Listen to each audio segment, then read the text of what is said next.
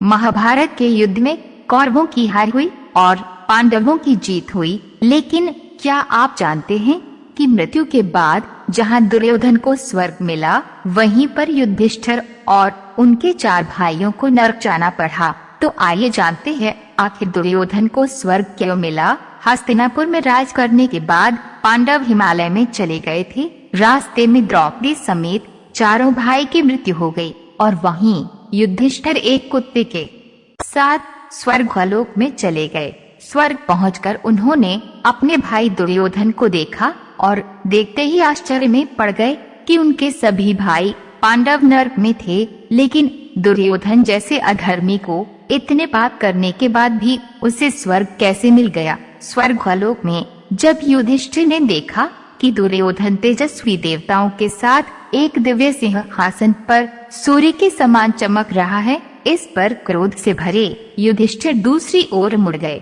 और देवताओं से बोले, जिसके चलते हमने अपने रिश्तेदारों भाइयों को संहार कर डाला और पृथ्वी उजाड़ दी, जिसने हम लोगों को भारी क्लेश दिया, और उस लोभी अधर्मी दुर्योधन के संग रहकर पुण्यलोक की इच्छा नहीं रख सकता। मेरी वहां जाने की इच्छा है जहां मेरे भाई हैं, लेकिन सबसे बड़ा सवाल ये है कि दुर्योधन को इतने पाप करने के बाद भी उसे स्वर्ग क्यों मिला।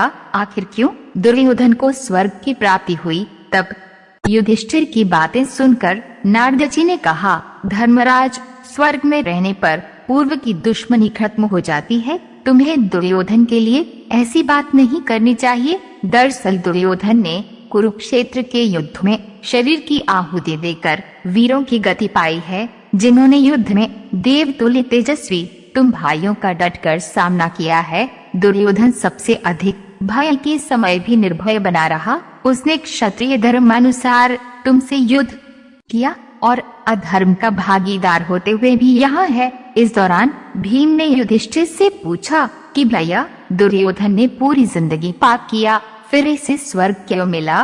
तब युधिष्ठिर ने उन्हें बताया कि दुर्योधन का ध्येय अपने पूरे जीवन में एकदम स्पष्ट था। उसे ही पूरा करने के लिए उसने हर संभव काम किए। उसे बचपन से अच्छे संस्कार नहीं मिले, इसलिए वह सत्य का साथ नहीं दे पाया। मगर कितनी भी बाधाओं के बावजूद वह अपने मकसद पर कायम रहा। यही उसकी अच्छाई रही और जिसके चलते उसे सारे अधर्म काम करने के बाद स्वर्ग मिला। इसके बाद पांडव संतुष्ट हो गए और जिस दुर्योधन के साथ वह धरती पर सुखी नहीं रहे, उसके साथ बड़े ही सुख से स्वर्ग में समय बिताया। देवताओं ने कहा कि अब आप स्वर्ग की ओर अपने भाइयों के साथ प्रस्थान करें।